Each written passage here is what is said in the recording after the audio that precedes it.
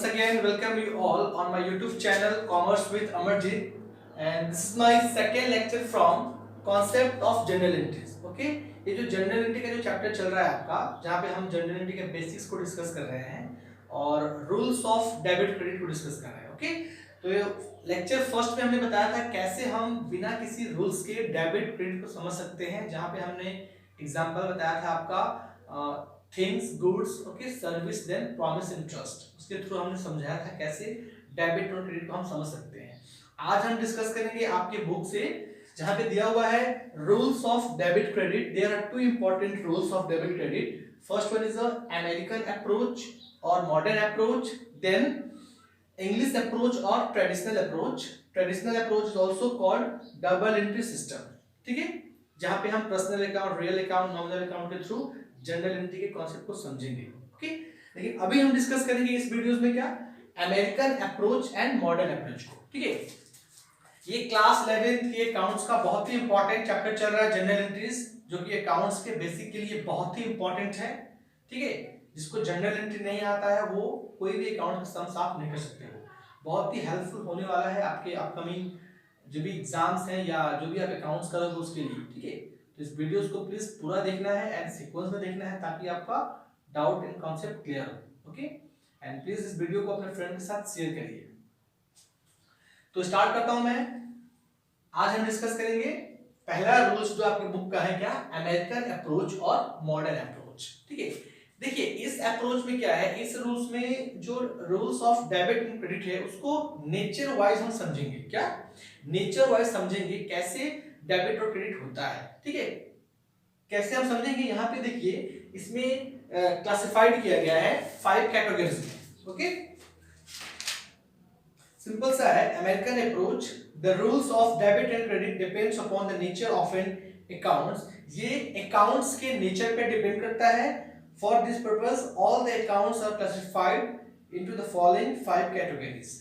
ये अकाउंट्स के नेचर पे डिपेंड करता है, इसीलिए इसको 5 कैटेगरीज में क्लासिफाइड किया गया है. क्या क्या है वो, सबसे पहले हम एसेट के थ्रू समझेंगे, assets account, then liabilities account, then capital account, then revenue और income. Last one is a losses और एक्सपेंसेस. अब मैं इसको नेचर वाइज डिस्कस कर रहा हूं. ठीक है, ओके, देखिए आपको पता है कोई भी अकाउंट्स का क्या, दो साइड होता है ना. कोई भी अकाउंट का क्या होता है, दो साइड होता है, debit side and credit side. यहां पे मान लेते हैं एसेट्स अकाउंट. देखिए तो ये रूल्स क्या कहता है, अमेरिकन अप्रोच ये कहता है कि डेबिट क्रेडिट को डिफरेंट अकाउंट्स के थ्रू, डिफरेंट नेचर के थ्रू हम समझ सकते हैं. जहां पे है first one is assets account. अब एसेट्स का मतलब क्या है, एसेट्स का मतलब बिजनेस का संपत्ति है ना. बिजनेस में जितने भी आपके लैंड, बिल्डिंग, प्लांट, मशीनरी, जितने भी एसेट्स होते हैं उससे हम समझेंगे डेबिट और क्रेडिट के बारे में. तो यहाँ पे एसेट्स अकाउंट का मतलब है कि कभी भी थ्रू, अगर एसेट के नेचर से आप बात करोगे तो कभी भी कोई भी एसेट्स अगर इंक्रीज होता है, कोई भी एसेट अगर इंक्रीज होता है तो वो होगा डेबिट. याद रखना है सिंपल में, any asset is increasing is called debit, any asset is decreasing is called credit. अगर एसेट्स के वैल्यू बढ़ रहा है तो डेबिट होगा, एसेट्स का वैल्यू घट रहा है तो क्या होगा, क्रेडिट. आपके बिजनेस में, आपका बिजनेस है, ओके, और आपने फर्नीचर परचेज किया. बिजनेस में पहले से ही कुछ फर्नीचर है और आपने और फर्नीचर परचेज किया, परचेज फर्नीचर है ना. परचेज फर्नीचर क्या आया, बिजनेस में फर्नीचर आया, तो यहाँ पे फर्नीचर का वैल्यू क्या हो रहा है, इंक्रीज हो रहा है, तो फर्नीचर क्या होगा, डेबिट होगा. ठीक है, फर्नीचर क्या होगा, डेबिट. और आप फर्नीचर परचेज करोगे तो फर्नीचर कैसे परचेज करोगे, फ्री में मिलेगा, नहीं मिलेगा, कैश में मिलेगा. तो कैश भी क्या है, एसेट्स है, कैश एसेट्स है, बैंक एसेट्स है, फर्नीचर है, लैंड है, बिल्डिंग है, प्लांट है, मशीनरी है, गुडविल है, ये सारे क्या है, एसेट्स है. जो भी एसेट्स बढ़ रहा है वो क्या होता है, डेबिट होगा, और जो एसेट्स घटेगा वो क्या होगा, क्रेडिट होगा. तो जब आप फर्नीचर परचेज करोगे तो फर्नीचर तो आ रहा है तो क्या होगा, डेबिट. लेकिन जा क्या रहा है, सिंपल सा है, कैश जाएगा. हम लोग कैश में ही परचेज करेंगे और कैश भी एक एसेट्स है, तो कैश क्या होगा, क्रेडिट, फर्नीचर क्या होगा, डेबिट। ठीक है, तो सिंपल सा मतलब है आपका, कोई भी कैश, कोई भी एसेट्स अगर इंक्रीज हो रहा है उसको हम एसेट्स के डेबिट साइड में रिकॉर्ड करते हैं, अगर एसेट घट रहा है तो क्या करेंगे, क्रेडिट साइड में रिकॉर्ड करेंगे। ठीक है, आपके बुक में भी है, आप इसको देख सकते हो। Increase in the assets will be recorded on the debit side, okay, and decrease in the asset will be recorded on the credit side. Assets बढ़ रहा है, कोई भी एसेट्स बढ़ रहा है, land, building, plant, machinery, cash, bank, ठीक है, डेटर कोई भी बढ़ रहा है, क्या होगा, डेबिट। कोई भी एसेट अगर डिक्रीज हो रहा है, वैल्यू क्या होता है, वो क्रेडिट होता है। सिंपल है, बहुत ही इंपॉर्टेंट है। ओके, अब देखिए, अब ये बात था एसेट्स के नेचर के बारे में। अब हम बात करेंगे क्या, लायबिलिटीज के बारे में। ओके, लायबिलिटीज के बारे में बात करेंगे। लायबिलिटीज क्या होता है, लायबिलिटीज का मतलब एक प्रकार का आपका कर्जा है ना। ठीक है, बिजनेस में हम जो भी हम पैसा किसी से उधार लेते हैं, बाहर से लेते हैं पैसा अपने बिजनेस को चलाने के लिए, उसको क्या बोलते हैं, लायबिलिटीज।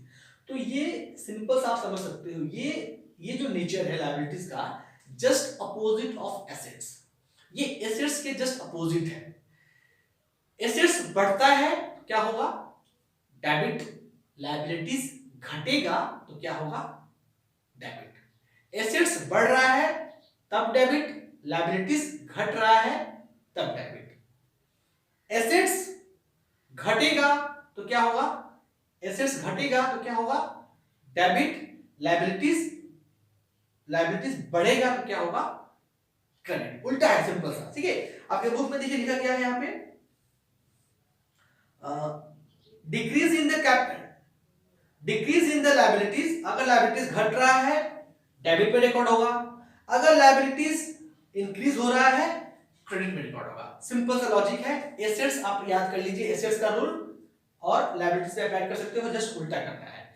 एसेट्स बढ़ा डेबिट, लायबिलिटीज घटा तब डेबिट। ओके, एसेट्स डिक्रीज हुआ क्रेडिट, लायबिलिटीज इंक्रीज हुआ क्रेडिट। सिंपल सा है।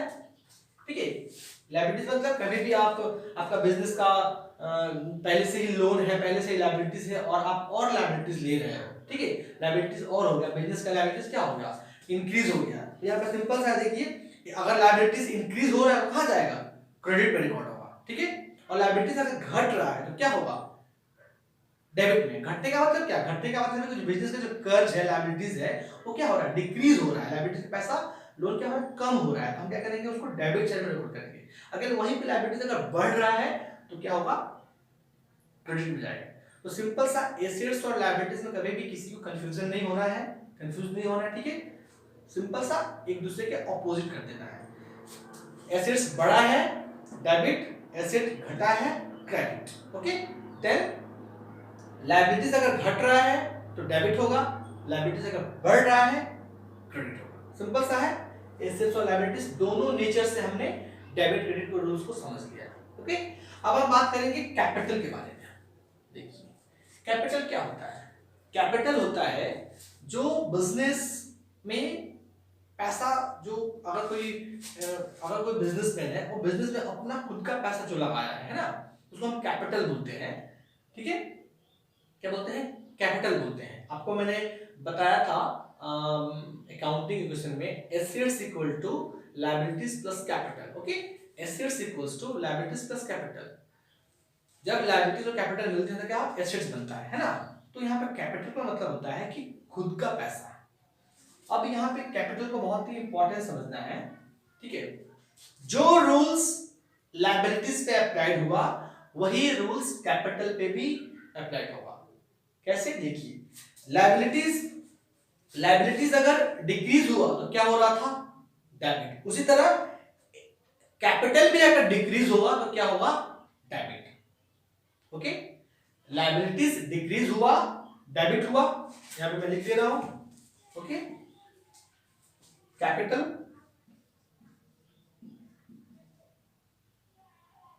अकाउंट।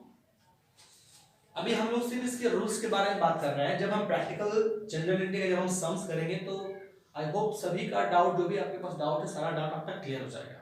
ठीक है, इसीलिए सारे वीडियोस को देखना है सीक्वेंस में। ठीक है, तो यहाँ पे बात हो रहा है कैपिटल के बारे में, और इस नेचर से हम बात करेंगे। तो सिंपल सा लायबिलिटीज जैसे फॉलो करना है आपको। लायबिलिटीज अगर घट रहा था, एसेट बढ़ेगा तब डेबिट, लायबिलिटी घटेगा तब डेबिट। ठीक है, तो यहाँ पे कैपिटल के बारे में बात हो रहा है। अगर कैपिटल घट रहा है, कोई बिजनेस में कैपिटल लगाया है 10 लाख रुपए, ठीक है, यहाँ पे देखिए दिया हुआ है कैपिटल के बारे में। Okay, suppose the proprietor introduce additional capital in the business, the capital account will be credited, है ना। अगर वो एडिशनल कैपिटल इंट्रोड्यूस किया, मतलब कि 10 लाख रुपए कैपिटल था, है ना, 10 लाख रुपए कैपिटल है और उसने और कैपिटल ऐड कर दिया, 2 लाख रुपए और ऐड कर दिया, कैपिटल क्या हुआ, बढ़ गया ना। कैपिटल अगर बढ़ रहा है, एडिशनल कैपिटल इंट्रोड्यूस कर रहा है, तो क्या होगा, क्रेडिट। लेकिन कैपिटल अगर घट रहा है तो क्या होगा, डेबिट। ठीक है, यहाँ पे सिंपल सा आपका बुक में देखिए, decrease in the capital, capital अगर डिक्रीज हो रहा है डेबिट साइड, कैपिटल इंक्रीज हो रहा है क्रेडिट साइड। जो लायबिलिटीज का था वही लॉजिक, वही रूल्स यहाँ पे भी अप्लाई हो रहा है कैपिटल पे ही, क्योंकि asset equals to liabilities plus capital होता है। Okay, and liabilities plus capital equals to asset भी हो सकते हैं। ठीक है, तो जो एसेट का रूल्स है वही लायबिलिटीज में भी, जो लायबिलिटीज का रूल्स है उसको हम कैपिटल पे भी यूज कर सकते हैं। क्या है, जब कैपिटल घट रहा है डेबिट, लायबिलिटीज घट रहा है डेबिट, कैपिटल इंक्रीज हो रहा है, कैपिटल बढ़ रहा है क्रेडिट, लायबिलिटीज भी बढ़ता है तो क्या होता है, क्रेडिट। ओके, ठीक है। कैपिटल घटने बढ़ने का मतलब क्या, कि कोई प्रोप्राइटर, कोई बिजनेसमैन अपने बिजनेस में 10 लाख रुपए कैपिटल लगाया है और सडनली किसी भी रीजन से उसको अपने पर्सनल यूज के लिए कोई पैसा अपने बिजनेस से निकालना पड़े, ड्राइंग करना पड़े। Drawing means the proprietor is using the amount for their personal use, है ना। जब पर्सनल यूज के लिए कोई भी बिजनेसमैन पैसा को अपने बिजनेस से निकालता है उसको ड्राइंग बोलते हैं। ठीक है, तो ठीक है, उसको ड्राइंग बोलते हैं, सिंपल सा है। तो जब आप पैसा निकालोगे आपका कैपिटल क्या होगा, डिक्रीज होगा। जब कैपिटल घटेगा तो क्या होगा, डेबिट। ओके, जब कैपिटल बढ़ेगा, आपने कुछ 10 लाख कैपिटल था, एडिशनल कैपिटल और जोड़ दिया तो क्या होगा, क्रेडिट। इसको याद रखना है। ठीक है, ये 3 कंप्लीट है आपका। अब ये जो थर्ड है, ये थर्ड है, जो थर्ड, फोर्थ एंड फिफ्थ जो है, ओके, फोर्थ एंड फिफ्थ है, ये रिलेटेड है किससे, कैपिटल से। याद रखिएगा, फोर्थ और फिफ्थ जो है इससे रिलेटेड है क्या, कैपिटल से। क्यों, क्योंकि मैंने आपको अकाउंटिंग इक्वेशन में बताया था कि बिजनेस में जो भी प्रॉफिट होता है वो कैपिटल में क्या होता है, डायरेक्टली लॉस हो जाता है, डायरेक्टली ऐड होता है। ठीक है, कैपिटल में प्रॉफिट कुछ भी हुआ बिजनेस में कैपिटल में ऐड होता है, उस तरह लॉस भी अगर हुआ तो कैपिटल से क्या हो जाएगा, लेस हो जाएगा। वही समझना है यहाँ पे। ठीक है, तो पहला है रेवेन्यू और इनकम। रेवेन्यू और इनकम मतलब कि किसी भी एनी टाइप का अगर बिजनेस में गेन हो रहा है, ठीक है, कोई भी बिजनेस में गेन हो रहा है या इनकम हो रहा है ना, मतलब आपके पास बिजनेस में पैसा आ रहा है, कोई किसी भी अदर सोर्स से बिजनेस में प्रॉफिट हुआ या बिजनेस में गेन हुआ तो क्या होगा, ओके, रेवेन्यू और इनकम। सिंपल सा है, जो कैपिटल में था वही है। ठीक है, decrease in gain and income will be recorded on debit side.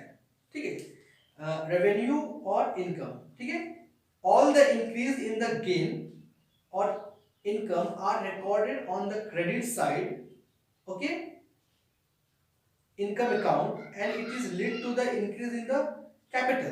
कह रहा है कि जो भी इंक्रीज हो, ओके, कह रहा है कि रेवेन्यू और इनकम मतलब क्या, पैसा आना, अगर कोई भी इंक्रीज हो रहा है, ठीक है,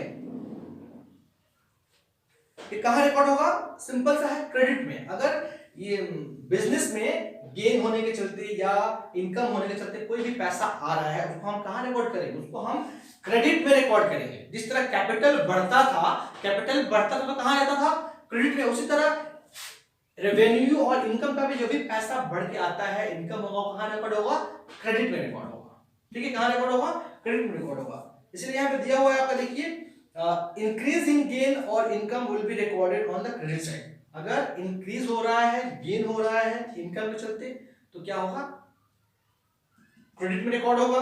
ओके, और डिक्रीज इन गेन और income will be recorded on the debit side. ठीक है, सिंपल सा है, गेन और इनकम, इसको समझना है। अगर गेन और इनकम में कोई भी इंक्रीमेंट हो रहा है, इसमें बढ़ोतरी हो रही है, कुछ बढ़ रहा है ना, तो वो जाएगा क्रेडिट साइड में। अगर इस दोनों में कुछ घट रहा है ना, इसके साथ कुछ घट रहा है, तो क्या होगा, वो डेबिट में जाएगा। कैपिटल के जैसे ही सेम समझना है आपको। कैपिटल में कोई भी एडिशनल कैपिटल अगर इंट्रोड्यूस हो रहा है तो कैपिटल अकाउंट बढ़ रहा है, कैपिटल का अमाउंट बढ़ रहा है, तो कहां जाएगा, क्रेडिट में। ओके, अगर कैपिटल से पैसा निकाला जा रहा है, कैपिटल डिक्रीज हो रहा है, तो वो कहां जाएगा, डेबिट में। वैसे ही कॉन्सेप्ट रेवेन्यू और इनकम पे भी है, सेम सेम है। मतलब कि लायबिलिटीज, कैपिटल और रेवेन्यू तीनों का कॉन्सेप्ट क्या है, सेम है। ठीक है, ओके। घटेगा घटेगा, लायबिलिटीज घटेगा, डेबिट, कैपिटल घटेगा, डेबिट, रेवेन्यू और इनकम जितनी अगर भी घट रहा है, ये भी क्या होगा, डेबिट। और एसेट्स और लॉस और एक्सपेंस क्या होगा, ये सेम है। एसेट्स का जो कॉन्सेप्ट आपने पढ़ा जो रूल पढ़ा, और लॉस और एक्सपेंस का जो रूल पढ़ा, वो क्या है, सेम है। ठीक है, इसको आप ऐसे भी समझ सकते हो कि नॉमिनल अकाउंट का गोल्डन रूल होता है, all the expense and losses are debit, all the expenses and losses are debit, all the incomes and gain are credit. ठीक है, आगे हम और भी डिटेल्स में आपको बताऊंगा मैं इसको। ठीक है, ये हो गया। अब लास्ट है आपका क्या, लॉसेस और एक्सपेंसेस। ठीक है, ये जिस तरह एसेट्स बढ़ता था तो क्या होता है, डेबिट, एसेट्स घटा तो क्या होगा, क्रेडिट। उसी तरह से यहाँ पे हम आप लोग कंफ्यूज ना हो, इसलिए मैं इसको कंपेयर करके बता रहा हूँ कि लायबिलिटीज, कैपिटल और रेवेन्यू को हम एक जैसे ट्रीट कर सकते हैं। ठीक है, जो अकाउंट होगा ऐसे ही होगा। ठीक है, और एसेट्स अकाउंट का और लॉस और एक्सपेंस का एक जैसे। देखिए यहाँ पे दिया हुआ है, all increase in the losses or expenses recorded on the debit side। Business में किसी भी लॉस में या किसी भी एक्सपेंस में अगर बढ़ोतरी हो रही है, कोई लॉस या एक्सपेंस इंक्रीज हो रहा है, तो वो कहां जाएगा, डेबिट साइड में जाएगा। इंक्रीज इन द लॉस और expense will be recorded on the debit side, और डिक्रीज इन द लॉस और expense will be recorded on credit side. अगर आप बात करोगे लॉसेस और एक्सपेंसेस का, इसमें अगर इंक्रीमेंट हो रहा है, कोई भी लॉस और एक्सपेंस आपका ज्यादा हो रहा है, बढ़ रहा है, तो कहां जाएगा, वो जाएगा डेबिट साइड में। और कोई भी लॉस और एक्सपेंस आपका डिक्रीज हो रहा है, वो कहां जाएगा, क्रेडिट साइड में। सिंपल सा लॉजिक है। ठीक है, तो ये कंप्लीट है, और आपका ये 2 या 3 वीडियोस आएगा जनरल एंट्री को बेसिक के लिए। ठीक है, उसके बाद हम प्रैक्टिकल सम्स को करेंगे, क्योंकि जनरल एंट्रीज क्लास 11th के लिए और आगे 11th बीकॉम एमकॉम में जितने भी अकाउंट्स आते हैं, इन सभी के लिए बहुत ही इंपॉर्टेंट है इसका कॉन्सेप्ट को क्लियर करना। इसीलिए इसके बेसिक्स को हम पूरे अच्छे से करेंगे, उसके बाद हम प्रैक्टिकल सम्स को करेंगे। ओके, तो ये कंप्लीट है आपका, क्या है, एनालिटिकल अप्रोच, जिसको मॉडर्न अप्रोच भी बोला जाता है। सिंपल सा हमने नेचर वाइज डिस्कस किया, पहले एसेट्स अकाउंट के बारे में, देन लायबिलिटीज के बारे में, देन कैपिटल के बारे में, देन रेवेन्यू और इनकम, देन लॉसेस और एक्सपेंसेस। और आसान समझने के लिए आपको समझना है, एसेट्स का और लॉसेस और एक्सपेंस का सेम है। कोई भी एक्सपेंस या लॉस अगर इंक्रीज हो रहा है तो डेबिट, एसेट्स भी इंक्रीज हो रहा है तो डेबिट, एसेट्स डिक्रीज हो रहा है तो क्रेडिट। ठीक है, और इनके जस्ट अपोजिट है लायबिलिटीज। ठीक है, एसेट बढ़ा डेबिट, लायबिलिटीज घटा तब डेबिट। ओके, अब बुक्स में और डिटेल्स में है, आप इसको देख सकते हैं, और प्लीज बुक से देख के आगे सम्स करने का आप कोशिश करिए। और ये कंप्लीट है, प्लीज वीडियो को अपने फ्रेंड्स के साथ शेयर करें। ओके, और सीक्वेंस में देखना है, पूरा देखना है। किसी का कोई भी डाउट है तो प्लीज आप कमेंट सेक्शन में मेंशन कर सकते हो। ओके, कंप्लीट है, थैंक यू।